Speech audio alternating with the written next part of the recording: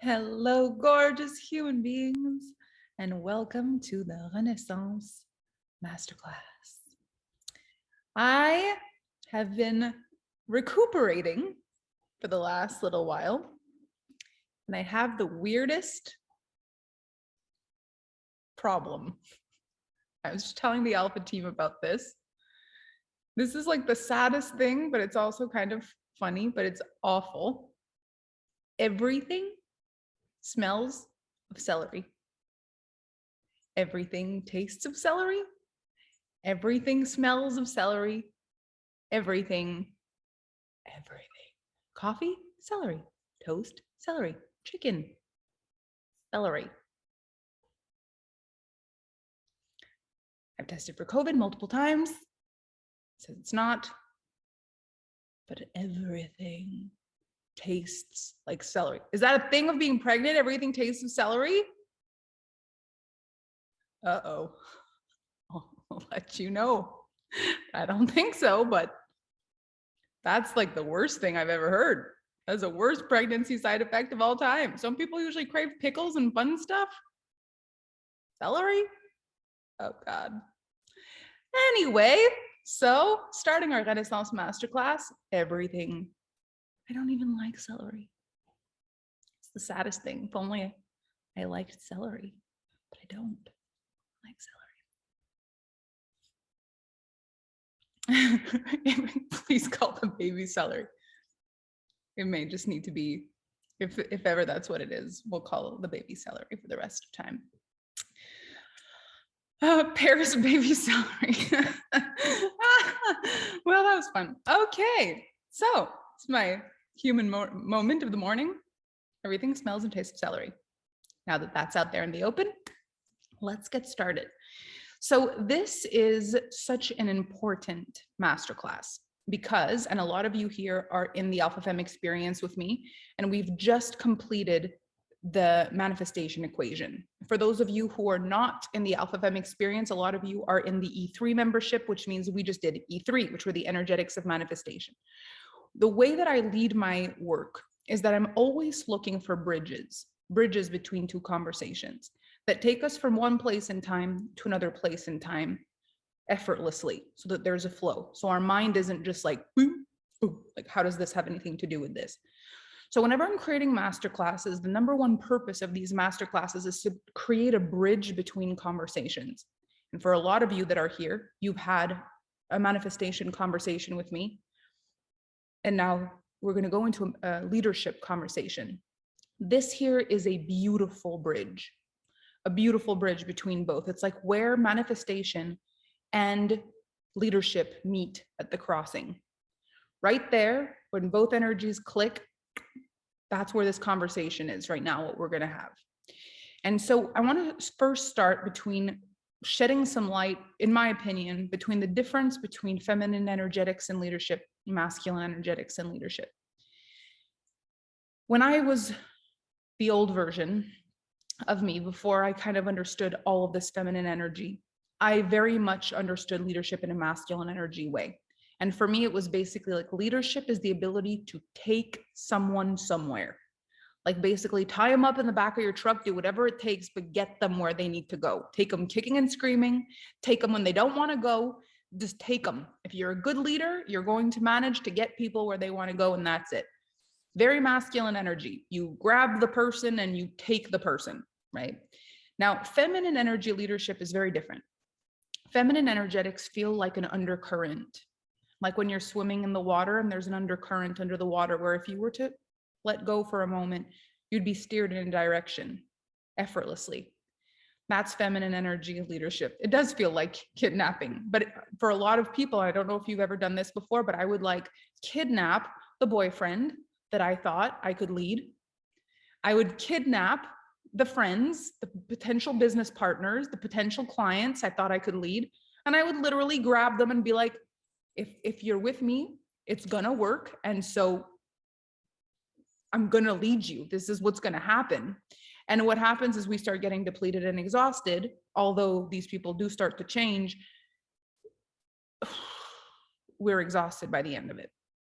Now, feminine energetics is very different. It's an undercurrent. It's something that if you were to surrender, you would be guided by the current. But at no point, if you decided at any point during the leadership, if you decided to just swim in the same direction as the current, you could swim equally to the leadership. If you decided to swim against the current of the leadership, you'd just swim against the current of the leadership. If you decided to just surrender to leadership, you just surrender to the leadership. It's just a far more delicate way of leading, but it doesn't work with everybody. Feminine energy leadership works with people who innately know how to swim.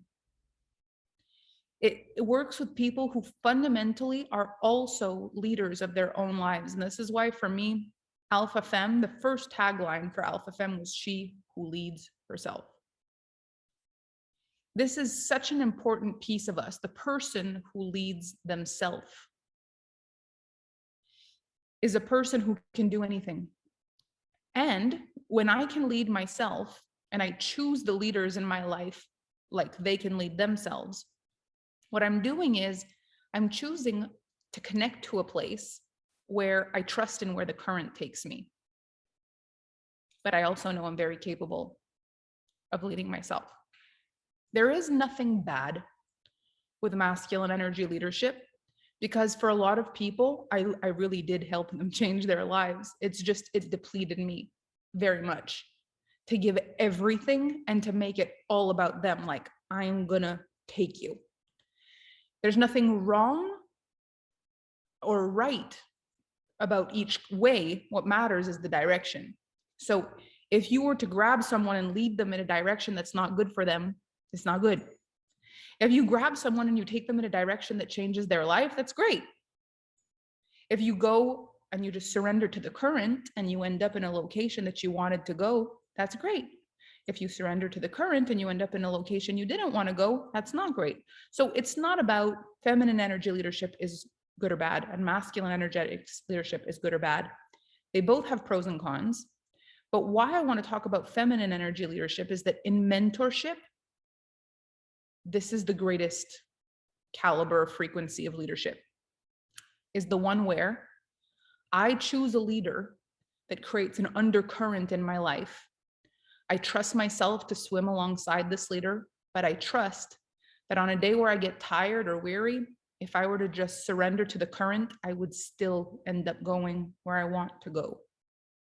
Because I've synced myself up with a current that's going in the same direction as I am going. And we hear very often, it's lonely at the top, or it's difficult to continue to lead yourself. And people who are successful, like, it's hard, it gets difficult. The reason that's the case is because there's no one at that level, usually, that's capable to just grab you and take you where you want to go.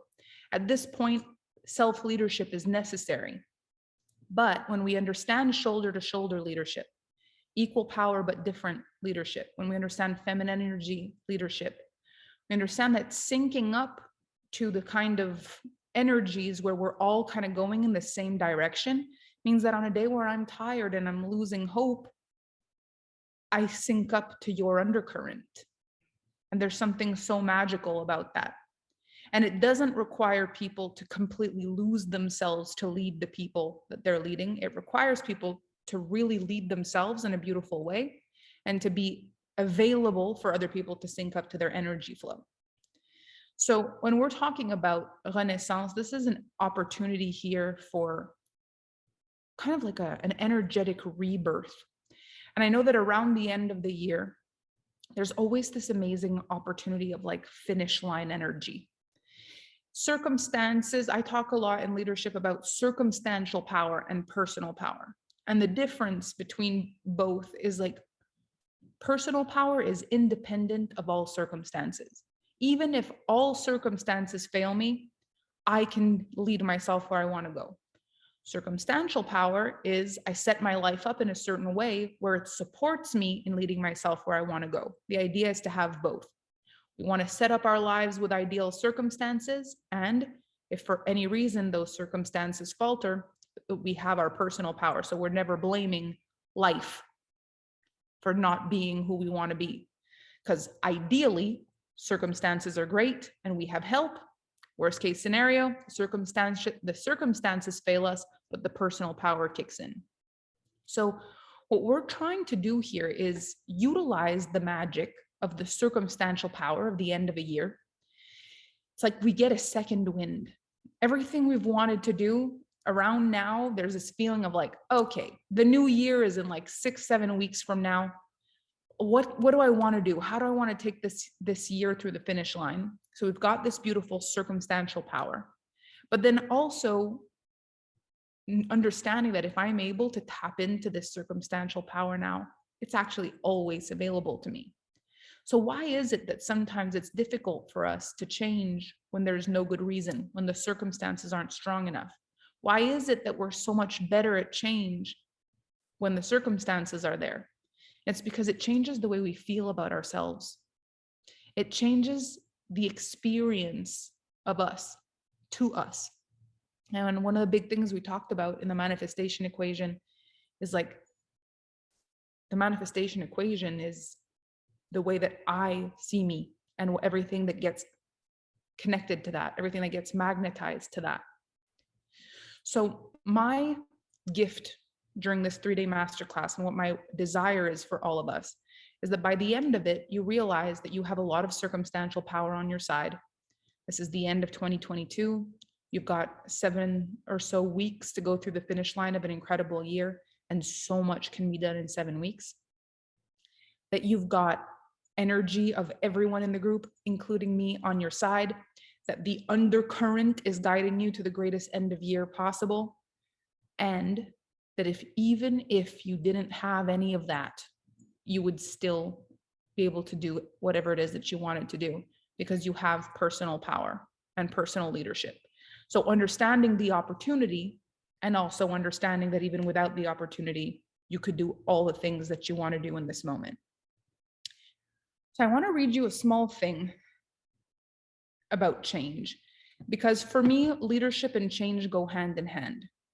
We want to be seeing things transform in our lives, but there's something that ends up happening emotionally once we hit a certain level of change that we're not comfortable with, is that there's different emotions that start to kick in. So anytime you're comfortable with your identity and everything that's inside of it, you have this feeling of safety and of calm. And that feeling creates comfort. And what I've come to realize is that there is no growth, like massive growth, in comfort.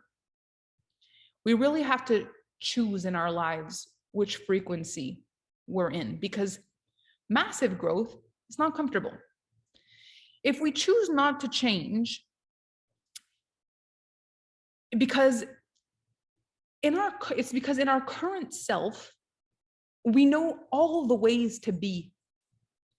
So I know how to be when it's hard. I know how to be when it's disappointing. I know how to be when things aren't going my way in this current version of me that I know, that I relate to myself to be. I know how to handle everything this way. I know exactly how to steer myself.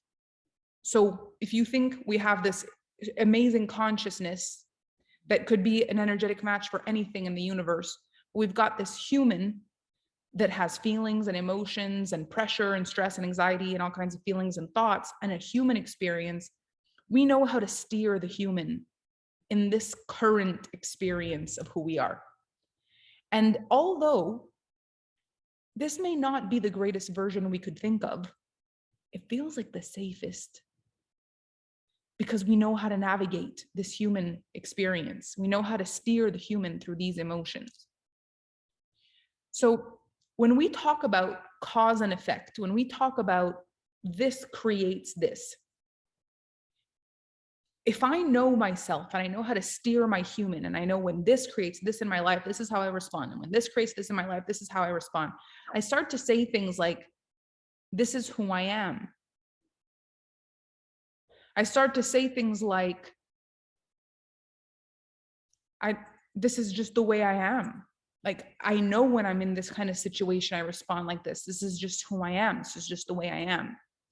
And the more we say things like that, the more it becomes the facts and the more it becomes the truth. that this is just who I am. And so I respond within this identity. Even though there's a part of me that wishes I could be more. So I look at someone else that's doing something huge, someone who's written a book, someone who is leading a multi-million-dollar company, someone who's achieved a certain level of fitness, someone who's in the kind of relationship I want. I look at someone else and I see what they are doing there. And I know if I changed, I could probably have those things. The subconscious recognizes that it's also going to have to change everything, because changing means changing everything. And this is where leadership is required, because leadership is like constantly being aware of you. If you don't need to be aware of you and you're in your subconscious state, you require no leadership. So there's different kinds of psychology that support behavior patterns in human beings. There's one that's very, very, very well known in therapy, which is very much cause and effect related. It's very much around trauma. It basically explains that who we are is based on what has happened to us. So what happens to us creates certain traumas and triggers inside of us, and then that becomes who we are. But there's another kind of psychology, and I think that this one relates a lot more to the non-regulated coaching world, which is nothing means anything until we give it the meaning. And so it's not just cause and effect, it's more like cause, meaning, and effect. It's kind of like one is cause and effect and one is influence. So I very much believe that our life, our past, and our pains influence our lives. But over the years, in looking at my own belief systems, these are my belief systems, I don't believe things are as simple as when this happens to you in life, this happens to you in life, which is very much the cause and effect kind of mentality. Because if that were true, everyone that goes through the same pain in life would just be the same. It would mean that this is the effect of this, and that's it. But because one person can go through something and another person can go through something, and the result of those things are different, that means there's another piece of the puzzle, which is the point of who they are. So you take one person and something happens to them in life and there's an outcome. And then you take another person, you give them the same life thing, but something else is the outcome. Why? If cause and effect is cause and effect, and there's something missing, which is who they believe they are, or the meaning that they attributed to whatever happened. Either way, there's still influence. And influence is because of this, I became this, but not because this creates this. Because of this, this happened because I made it mean this, I am this, and I created this. And so now this is, which are two very different ways of looking at life. And there are different teachers that explain both of these. And depending on where you stand, you could feel much more comfortable with either model. But what I want to do with you during this 3 days is I want to take this model and I want to bring it forward, because this is, for me, where influence matters. And where influence matters, leadership matters. If cause and effect is cause and effect, then there is very little need for leadership, because it just means this happens and then that happens, and there's nothing anybody can do about it. And that's just the way it is. But if there's influence and leadership, that means this happens, it influences my thoughts and behaviors, but because I have power over my own influence, the greater the leadership that I have, then I can change my life. And as I change my life, I create an undercurrent. And as I create an undercurrent, that affects change for your life, because it influences what you believe you could do. And so when someone that's close to you behaves a certain way, there is influence. And it's not always positive influence. This is the other thing. You know how you'll have parents tell their kids, I don't like you hanging out with that kid. They have a bad influence on you. Or I really love that they've met this new gang of friends because ever since they've been with them, it's as if they have a new outlook on life. They've had such a great influence on them. Influence means there's an impact. It's changing the course of what was, either positive or negative. So we want to choose places in life that have a beautiful, powerful influence on us, with people who understand leadership in a way that suits our leadership style and what feels good for us. What I found is the more powerful a person is, the more self-led a person is, the more feminine energy leadership works best. Because when you are already powerful and you're already very self-aware of yourself, and someone comes in with very, very strong, pushy leadership, it might make you feel like they think that you don't know what you're doing. And so in that moment, it actually causes a pushback energy. Even if that person is brilliant, even if that person could give you so much brilliant insight, the experience feels like they don't think you've got this. And we don't like to receive things from people who don't think we've got this when we're powerful. However, when we are on the flip side, someone who's feeling not sure about themselves, someone who's feeling a little bit lost in life, and who just wishes someone would come in and tell us what to do, then the more powerful and high-strung the leadership is, the more safe we feel, because it feels like someone's just got you and you don't need to think about it. And the more leaned back the leadership is, sometimes it feels like, well, you're not really telling me what to do. You're not leading me. You're not telling me what to do. So there is no good or bad leadership, but there's the right leadership for me and the not right leadership for me. And I'm seeing this a lot in a lot of industries where mentorship is required, where people get confused and it feels like a mentor doesn't care versus it feels like a mentor is pushy or manipulative just because it's the wrong kind of mentorship that they're receiving. When you're feeling like you don't have this, you're exhausted, you're tired, and you don't even know if you're going in the right direction, the kind of leadership where you are given full trust and you're like, you've got this, just surrender, plug into my flow, feels like, but are you going to tell me what to do? Aren't you going to lead me? Like I chose you for you to kidnap me and take me somewhere better. I don't like this. Like, I don't think like I'm being taken anywhere. And on the flip side, if I'm like, I've got this, I've never felt more strong, and someone's like, no, do this. You're like, whoa, whoa, whoa, whoa, whoa. Okay. I don't know where our lines got crossed here, but you don't get to tell me what to do like that. Like, I know what I'm doing. That's not what I'm asking you here. And I've experienced through this decade of leadership and mentorship in my life, a very clear dynamics like this with clients, with employees, with friends. So what I've found is that we've got to get clear on where we're at in our leadership and what we're ready for, how we want to be treated, how we want to treat others, what we're ready for, and understand that it really is an evolution. At first, the more support you get, the better. Eventually, you want to mix, and eventually you just want the kind of undercurrent that would support you if. It's the kind of undercurrent that you might want to swim alongside effortlessly because you're as powerful as the current itself. But you know that if you stopped swimming, it would just carry you. But it's not in your intention to do that, but just a feeling that you have that is worth its weight in gold. So you want to find out where your need for leadership is right now. And that's really going to help you understand the kind of leadership you can provide at this point in your life also. Our biggest mistake is we remember who we were and we try to give to who we were, which means we're not receiving the kind of leadership we're giving. And in feminine energy, what that ends up being is overgiving.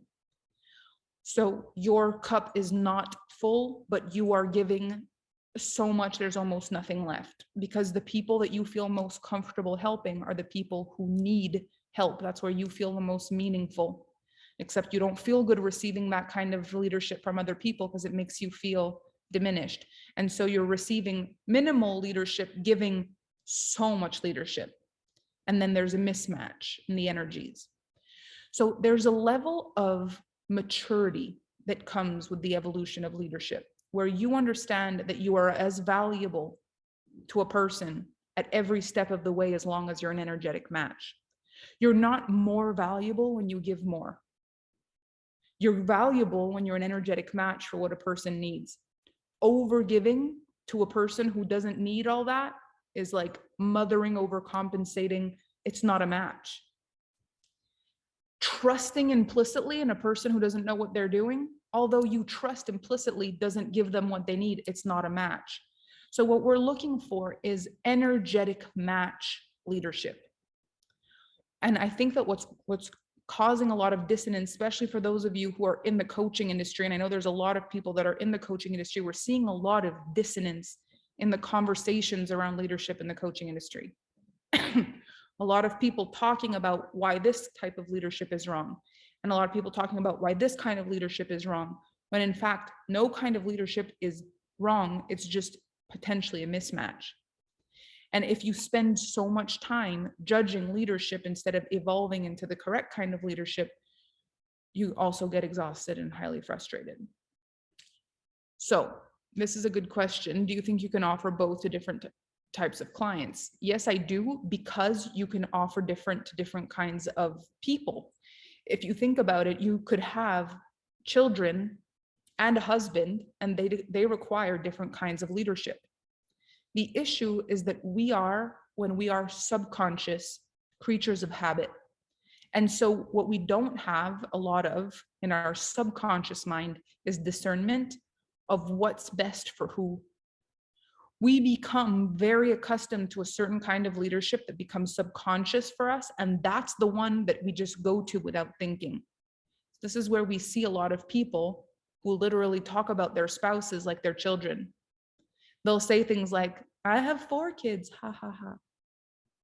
And then they wonder why that relationship dynamic has started to go wah, wah, wah, wah, wah. But when we have this one type of leadership, and we only know this one type of leadership, and it's the most comfortable one, we tend to just lead everybody the same way. And this is one of the things for the women who are very, have that mothering string, especially with their children. You'll notice as soon as that mothering string becomes second nature to you, you pull it with everybody. You might start mothering your mother. You mother your siblings, you mother your friends, you mother your partner, and it's like everything has become subconscious, which means you're not actively choosing the way you're leading. You've become a habit of who you are in leadership. And so this is where manifestation and leadership come hand in hand, is that who we believe we are attracts the people into our lives. Who we believe we are and how we respond to ourselves and how we relate to ourselves actually manifests into our world experiences. And so for me, the greatest experience has been to understand that as I understand myself, I'm a point of attraction for certain people, certain opportunities, certain things. How I see myself greatly impacts how people show up in my world and what that experience is. When I used to relate to myself as someone that people took advantage of, when I used to see myself as someone that people would just take advantage of, I had that experience over and over and over again. And I attracted the kind of people who needed everything from me. Everything. I overgave and it still wasn't enough. But that's who I was. I was a person that always got took advantage of. So the energetic match people for me in that identity were just exactly perfect for me to support that narrative of who I am. And the thing is, although I would say I wanted to change, The fact is, in order to change, I would have had to change everything. And I didn't know how to steer a person that wasn't just taken advantage of in every other life circumstance. Because I was very good at so many parts of that identity, of kind of feeling bad for myself, kind of feeling sorry for myself a little bit, in a way where I knew like I'm a good person and I deserve better. I was only able to really feel those things about me if I was being taken advantage of. If my life had been good in those times, I don't think I would have felt worthy of thinking I deserved more. I would have felt guilty for thinking I deserved more. But in the context and the narrative where I was someone who was taken for granted, I had this right, this permission to want more, because it was a sad story where there was space for that want for more. I was allowed to want more because I was being taken advantage of. So there were things in the way that I navigated my identity that really served me. There were ways that I could be with permission. I could be a little victim to myself. I could wish for more, like a trapped princess in a Disney movie. I could want things without being the villain, because I was the victim. But then I attracted so many things in my life that supported this identity, and it became really effortless for me. The desire to change and to become someone who attracted extraordinary people was going to change everything. I couldn't be a victim anymore at all at that point. I would have had to say, I'm grateful for what I have. And if I wanted more, it would have to be like, I take responsibility for being a person who has so much and still wants more. That was uncomfortable to claim. I would have had to do that. I would have had to be a person that people expect something from, and I would have to rise to that standard instead of having people expect something from and have that victim right to say, everybody just expects so much from me. I don't get to say that anymore. It's now a privilege that people expect things from me. There's a duality that starts to come in, and I don't know how to navigate that experience. And so for a long time, I found myself, although I could feel inside a strong desire for change, going back and choosing that identity that I knew so well, that was just, people took advantage of me. Everyone took advantage. And I knew how to navigate that completely. So as I've moved into this new identity, there's so many things that I'm having to face in a new way that are uncomfortable for me. And I spend so much time in my conscious mind. But the beauty in that is I'm far more responsible for my life. And the people that I'm attracting are an energetic match for my power. And so I'm attracting very different people. When you are a person who needs to be the center of everybody's world, and if you're not the center of everybody's world, you feel like you don't belong. You're going to have to attract people who overcompensate in life in order to feel okay, because your experience of belonging means that everybody thinks you're the most important thing, which means you need to surround yourself by people who don't think they're the most important thing. Can you see the kind of match for the kind of power you would have to be in order for that narrative to work in your life? Now, when I'm the kind of person who walks with power, I have to be okay with people not thinking I'm the center of their world, because they understand that they're the center of their world. And I've got to not need their validation. I've got to not need their seeing me. I've got to not need their making me the priority in their life, because I'm wanting to attract people who are self-led and who take their lives really seriously and who are up to huge things in the world, in which case I'm accepting a secondary or even third-party role in this people's movie, which is such a different experience. People don't like that. They want to be the center. You can only be the center with people who don't understand they're the center. And people who don't understand that they're the center are usually people who have the experience of being taken advantage of, people who feel like they're misunderstood, people who feel like they don't belong, people who feel, and so you belong at the expense of no one else belonging. You're the one that they put all their focus on, but they wish they felt the way you feel. This is a very interesting way of being, and a way that a lot of leadership functions on the planet. But this new way that I'm starting to move into, and what I'm realizing, this like equal power but different, shoulder to shoulder, together we rise kind of leadership, means I don't expect that you will remember everything for me. Like you could miss my birthday and it wouldn't mean that you don't love me. You could forget to call me back and it wouldn't mean that you don't love me. It would mean that you're leading the world. And I know that feeling because I'm also leading the world. If I haven't seen you in a year, that doesn't mean you don't love me. It means you've been leading the world. I would have to then find different ways of relating with people. I would have to find different ways of believing in being loved. Like, how much evidence do I need to believe a person loves me? Well, when I need to be the center of attention and I need everybody to make me a priority, I need a lot of evidence that people love me.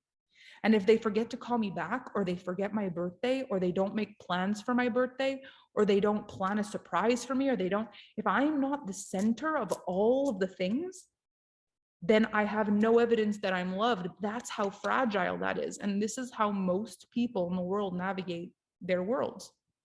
And so everyone feels so responsible for everybody else feeling important and loved, but they themselves never sufficiently feel important and loved. This is the biggest way of being on the planet. Overgive to try to make people feel better than you feel, because no one gives you quite as much as you give everybody else. So the next level in leadership is when I take care of me and you take care of you, and I love you and you love me, and you're full and I'm full, everything we give each other is extra. And there's nothing that you can forget to do that would make me think that you don't love me. It's not about there's a checklist of things for you to prove, and if you fail, you failed. Because this is how most relationships fail in the world. You stopped checking my checklist. You stopped making me feel like the most important person on the planet. You stopped making me feel, and so then you weren't checking my checklist anymore. Instead of, when I'm with you, you're so full that I can check my own list, because I don't need to worry about your list, because I know you're checking it. And so if you're checking your list and I'm checking my list, and both of our lists are entirely checked, then every single life event we share is a masterpiece. We are adding to each other's fullness. Now, not everyone is ready for this yet. There are people who have not yet quite understood their power yet. They haven't quite chosen whether they're in the cause, effect, past trauma conversation, or if they're in the cause, effect, but influence, leadership, and life has no meaning until I appointed a meaning. And what's that meaning going to be? They haven't yet chosen. And so there's a big gap in between where there's just, it depends. This is what happens when you haven't chosen. You get into this gaping hole in the middle of, it depends. It depends on my mood. It depends on who it is. Because there's some people I believe love me no matter what, and there's some people that don't. So it depends who. My leadership depends. It depends on the weather. It depends on how much rest I've had. It depends on who it is we're talking about. It depends on my financial situation. It depends. And then I'm kind of like confused, because I want to say, I don't fully believe in this. And I want to say, this is what I believe in, but the truth is it depends. And so this is where, exactly, Dimple, this is where it's circumstantial power only. Now, There is no circumstantial power is bad and personal power is good. It's just that circumstantial power is helpful. It's just that if it's the only thing we've got, when the circumstances fail us, we fall in this abyss.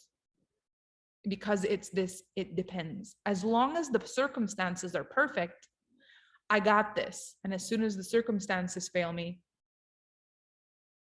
my goose is cooked.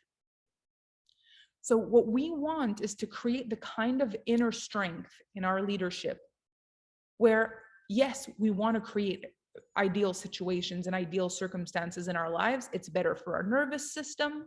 It's better for our quality of life. Like, we don't want to just constantly be proving our power constantly. That's not healthy.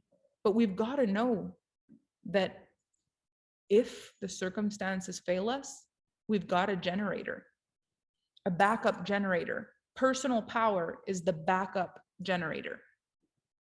So circumstantial power is the electricity. We're grateful we have it. We set up our lives in a way that's best for us. This is the ideal circumstances. We've got to constantly be working on personal power because personal power is the backup generator.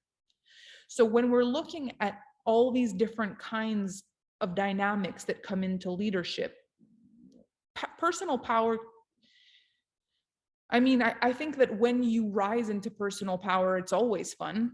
I think the experience of having to choose it can be wobbly sometimes, but I've never had a person that tapped into their personal power and changed their life say, I wish I wouldn't have had that. That sucked.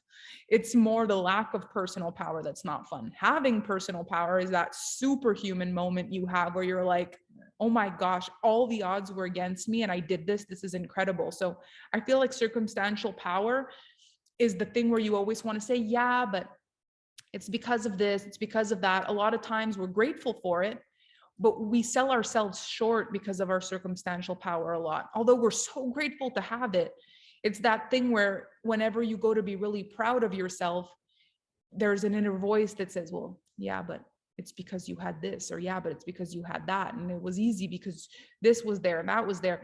The personal power stories of your life are like your greatest triumph stories. Except if you're constantly having to have triumph stories, then you also feel like you're constantly on eggshells and you're constantly like waiting for the other shoe to drop, which is not a good quality of life. So we want to set our life up in the most circumstantially powerful way, all the while knowing that if anything ever happened, our personal power is there. So those are the dynamics of personal power and circumstantial power. And then there's also the cause and effect life versus the cause effect, but more so influence. Cause and effect, influence. Yes, something can influence your behavior. Yes, something can influence the course of your life, but it didn't make it. This would be the difference between life happens to you versus life happens and then you make something of it. And this is what I believe. I believe life happens and then what? This happened and then what? This and then what is the leadership opportunity in our lives. And the more we claim that opportunity, the more we claim that leadership, and we say, this happened and now what? The more we start to become the undercurrent for feminine energetics and leadership. And the more we do this, and this is not a feminine thing, it's not like it's a woman thing versus a man thing, it's feminine energetics. The more we do that, the more we're paving the path. Because the undercurrent is something that we all get to link into. It's something that the more of it that there is, the more of it that there is.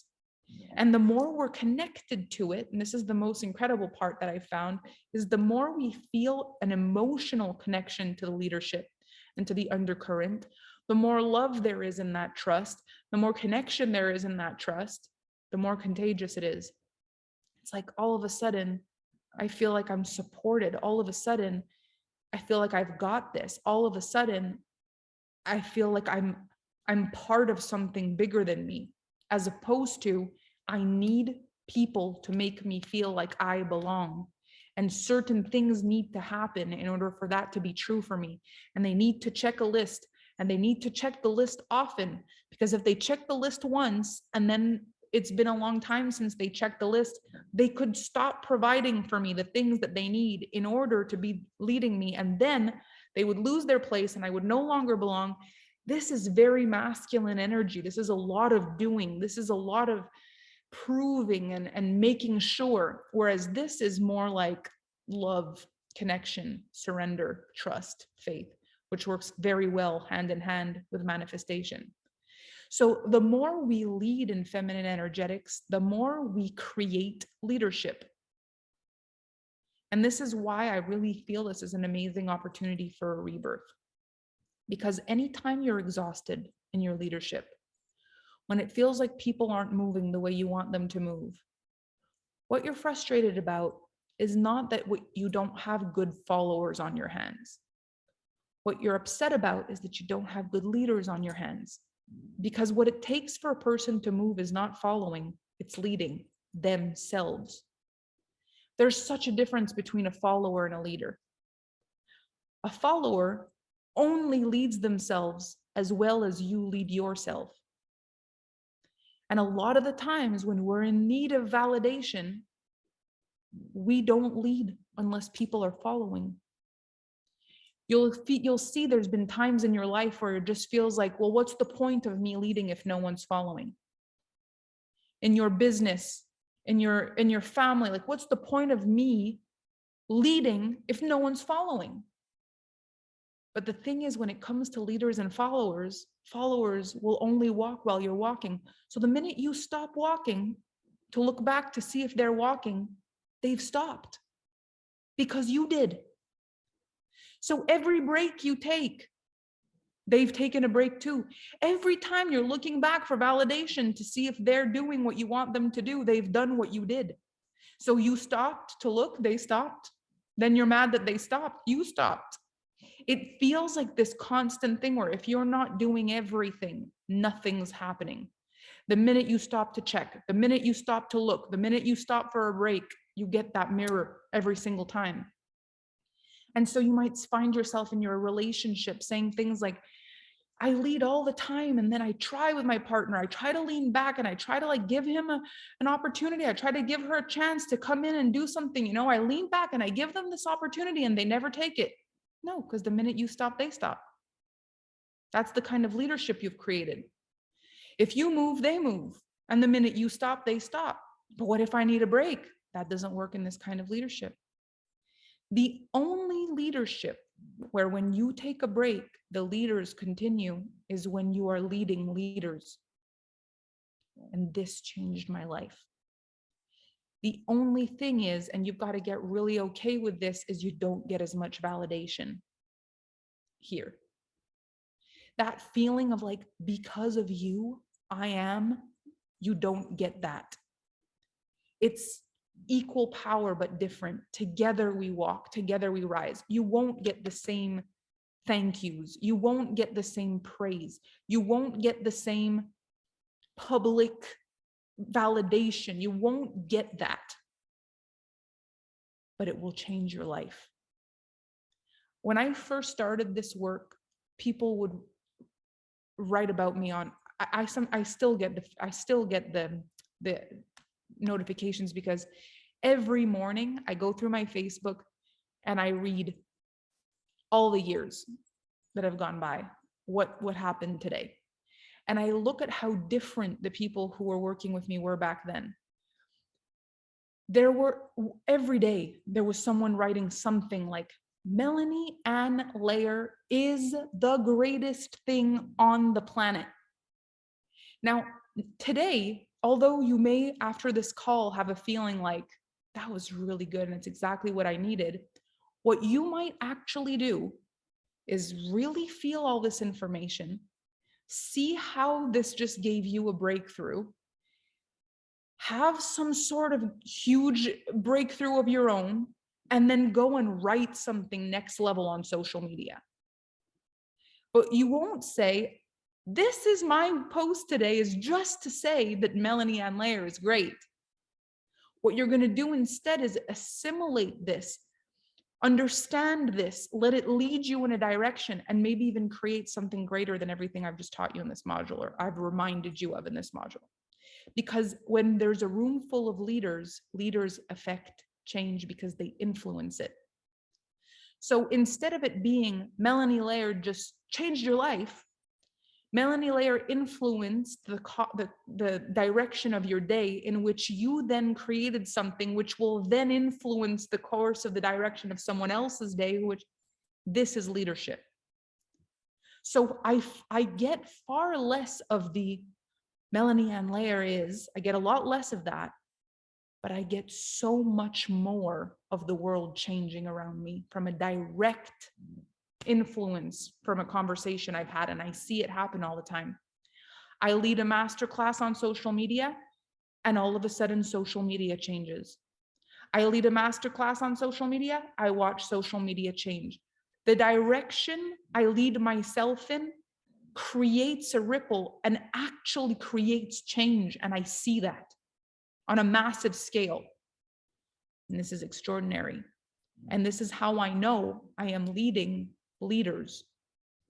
This is not people who are walking as long as I walk. This is people who are walking alongside me, and when I stop to have a break after this call, they're actually going to go forward and do more in their lives. And now we're doing really big things. So what we're going to talk about a little bit more during these 3 days is the understanding of personal power and circumstantial power, the understanding of cause and effect versus influence, the understanding of masculine energy leadership and feminine energy leadership. And beyond that, the experience of being a person who receives the validation from that masculine energy model versus being a true leader that affects change in the world from influencing it by your own behavior without needing that validation. And how much more you can be for the world, and how much stronger you are for yourself. Because I've seen this so many times. People who become really successful very fast, they fall in love with the validation, they fall in love with the being seen. A lot of their action and leadership is attached to other people seeing them. And whenever that visibility changes for any reason, social media algorithm change, or someone in their circle who has also a lot of influence, who decides they don't like them anymore and causes an uproar or a shift in their community, or anything that changes the circumstances, they don't know how to lead themselves anymore. Everything was connected to the feeling, the validation, the cause and effect. As long as I do this and this works, as long as I do this and this works, as long as I do this and this works. And so as soon as there's a change, any kind of change, the leadership stops. And because it was all based in masculine energy leadership, as they stop, the people stop. And then everything feels like it dries up. And in that moment, it feels like I need people to move again. I'm just going to try to do this so that people move. I'm going to just try to do this so that people move. I'm just going to need to try this so that people move. And then when I don't get that validation, and when I don't get that evidence, I feel like I'm broken. I feel like I've messed it all up. I feel like something changed. I feel like I've lost myself. I've lost my edge. I've lost my magic. And then they dwindle and dwindle until there's nothing left. And I've seen this pattern so many times over this decade. And when I watch people rise, every time it's this rebirth. When they realize there's another level of them they weren't brave enough to go get, and the old version starts to die, instead of trying to artificially resuscitate that old version, they get clear on the fact that they probably were ready to choose this next level a long time ago. They were just too afraid, and they're going to choose that version now. And they rise and they adapt and they course correct and they become a greater leader, and they evolve and they evolve and they rise and they rise, and then they change direction. But you've got to be willing for things to fall away and to choose a new piece of you every time, instead of trying to recreate what once worked and try to get the evidence you once had. in order to believe in what you once believed in, which is a very, very old kind of leadership. So today, there's a beautiful opportunity for you to kind of just lean back into an undercurrent conversation. And you get to decide at the end of this 3 days if this is the kind of direction you want to walk in or not. This is the beautiful thing about mentorship, is it's like, let me show you the way I see the world. Let me show you the way I see the world, because I know that you're strong enough in the way you see the world that if you don't think this is a greater way right now, you're going to stick to the way you do things. And when I do show you this, if you're like, you know what? That's brilliant. I want to try that on. You're going to try it on. And you may actually create it in this direction better than I even did. Or you might tweak it and change it a little bit, or it just may be perfect for you. But I trust in your own leadership when I show you a new way, that you'll stick to what's best for you if what was best for you was what was best for you. So this is the little snippet I want to read to you.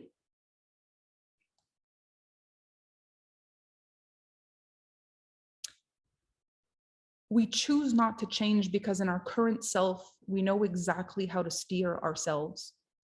Cause and effect is understood within this identity. So much is subconscious and effortless. We could almost give up on our own self-responsibility by saying, that's the way I am. Changing means changing everything. This requires leadership and constant conscious influence to steer the new self. Conscious influence to steer the new self. This means your leadership starts with you. Because when you're living in your subconscious mind, there actually is no leadership required. Everything is cause and effect. You know how to steer your current self subconsciously without any kind of leadership whatsoever. You don't need it. When you decide that you're going to lead yourself, what you're deciding is that you're going to add a consciousness. You're going to be aware of the influence on your own self. And we're so much more comfortable in our subconscious mind. It's so much easier. Anxiety is usually caused by the fear of the unknown. Anytime you want to change something, you experience this like anxious feeling in your body. Anxiety generated by changing is like, that's the thing, that's the payoff, you know, like you've got exchange, comfort and just flow and just, I don't even need to think about it. It's subconscious at this point. I don't even need to think about it, versus the feeling of anxiety of like, what if it doesn't work? What if it doesn't work? What if, that's the price to pay. But the flip side is disappointment. And this is actually one of our greatest feminine energy wounds, is disappointment. And so tomorrow we're going to bring in wounding, because wounding is one of the big slicers that changes this conversation from the trauma conversation to the influence conversation, which are so close to each other. They're so close to each other, but wounding is a big part of it. I'm going to read this to you. Anxiety feels like fear, and we would often prefer to fail on purpose and deal with a wound than push through fear. We know we can handle our wounds because we have a subconscious programming that helps us cope with the wound. Anxiety and fear, on the other hand, sometimes feel like they're going to kill us. And so when we're trying to change, I would literally sometimes, in my weakest moments, because disappointment is a wound, I would prefer to tend me. The quotes are by me. That we would prefer to work on the wound, tend to the wound. We would rather do that for the rest of our life in disappointment than deal with the feeling that we might die if we failed. because that anxiety of what if it doesn't work? What if I mess it up? What if I don't know what to do? What if I don't know? What if we don't? All those feelings are so difficult that they don't fit in our subconscious mind. They require consciousness. They require leadership. And that's why this conversation is so important. That's where we're going tomorrow. This is where we're steering the conversation tomorrow. So today, what I would love for you to get clear on for yourself, you can introduce yourself into the group. You can share whatever this module has brought up for you. What breakthrough, what realization, what self-responsibility can you take from a conversation like today? What does today make you realize? There's no right or wrong answer in this. I think a lot of times when it comes to leadership, we're in a hurry for the answer. Leadership comes from discovering the answer, talking about the answer, expressing the answer, philosophizing about the answer, and not needing cause and effect. I took the program, I got the answer. It's more, the program influenced my mind in a way that I found my answers. And now I am a leader because I was influenced in a direction that created my mind to think in a way it may not have before. And then I created and I became and I led. And that's what I'm most excited for you to have. Not just this program gave me the answer, but this program influenced change. And so what kind of change did module 1 influence? Where are you in your thought process? And let's have all kinds of philosophizing happen inside of the group here so we can deepen our understanding even more. So thank you for being here, beautiful leaders of leaders. I look forward to tomorrow's call, and I will see you all very soon.